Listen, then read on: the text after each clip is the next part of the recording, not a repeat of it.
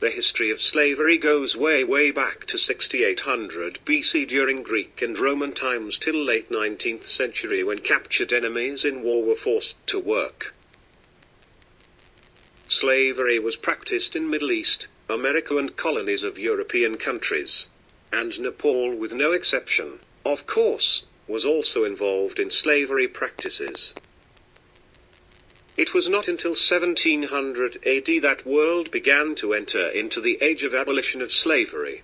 Now for us, it took long time to actually talk about getting rid of slavery, not until 19th century. In 1834, British monarch agreed to end the slavery and approved Slavery Abolition Bill on 1834, which basically ended slavery throughout the British Empire. While all this was happening, King Rajendra Bikram Shah, the fourth king after Prithvi Naran Shah, was the king of Nepal, and he was aware of the British Slavery Abolition Bill that recently implemented. And in fact, later he signed Slavery Abolition Bill in Nepal supported by his Prime Minister and strictly forbidden the slave trade thereafter. But he lacked in implementing the bill mainly due to not able to settle issues in timely manner and unstable politics due to recent death of Prime Minister Bhimchand Thapa.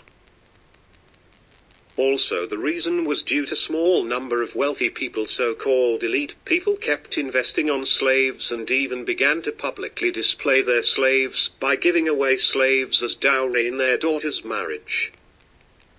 As time goes by, in 1854, then Prime Minister Zung Bahadur introduced 1400-page Mulukian, or a book of law, which was basically a collection of administrative procedures and legal frameworks for interpreting civil and criminal matter, revenue collection, landlord and farmer relations, intercaste disputes, and marriage and family law, and so forth and so on.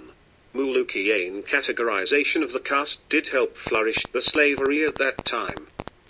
In fact, several chapters in Mulukian dealt with laws such as punishment of slaves for having sexual relationship, punishment to those who helps the slaves to run away, etc. But in 1868, Zung Bahadur allowed slaves to be freed who ran away from their owners to places like Naya Molak and Zappa. Naya Molak was Kanchanpur, Kailali, Banki and Bardia districts in present days, and Naya Molak was recently annexed state. In 1877, Zung Bahadur died and none of the Rana successors did anything to help Nepalese slaves. Then came Chandra Shamshir in 1901. Chandra Shamshir Rana, the fourth Prime Minister after Zung Bahadur, did manage to add Chitwan to the list of slave-free state where runaway slaves who were lucky to reach that district were legally free and their owners had no rights on them. Again under pressure from slave owners, Chandra Shamshir introduced another law where runaway slaves caught after 3 years could get their freedom if they paid their owners their body price. But those runaway slaves, caught after 10 years by their owners, need not to pay anything to their owners for their freedom. On 28th of November, 1924 at Todikal, Chandra Shamshir let Hemraj Pandey, his scholar, read out to the assembled crowd his 57-page-long proclamation on slavery abolishment. And here is the picture of people gathered at Todikal during the announcement made. He made following comment on why he desired to abolish slavery. The cost incurred by a slave owner to raise a slave child to a workable age of 16 years comes to an investment of 410 rupees. But if he were to, instead, take 120 rupees for the slave, the price fixed by the government, and have that amount lent out at 10% annual interest rate, though 16 to 30% interest rates prevail, then the slave owner would earn 1,110 rupees within that same period. This is a substantial amount in the hills. So he is basically making a rational argument that if you invest the money elsewhere you could make more profit rather than investing on slaves. Chandra Shamsha officially implemented slavery abolishment on April 13, 1925. And during this process, Chandra Shamsha compensated a large number of slave owners with a 14 lakh rupees lent from the holy offers of the Pashupatinath temple. It is also reported that Chandra Shamsha spent a total of rupees 36 lakhs to liberate the slaves at an average price of 70 rupees per slave.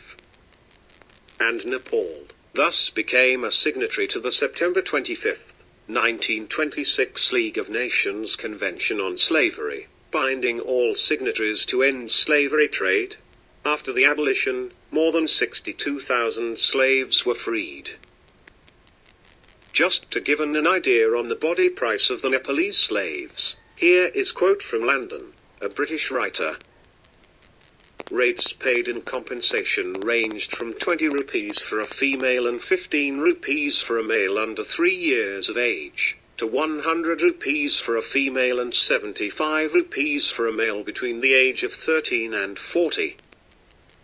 Prices after the age of 40 dropped to 50 rupees for a female and 30 rupees for a male under the age of 60, 41 rupees for a female and 31 rupees for a male over 60 years old.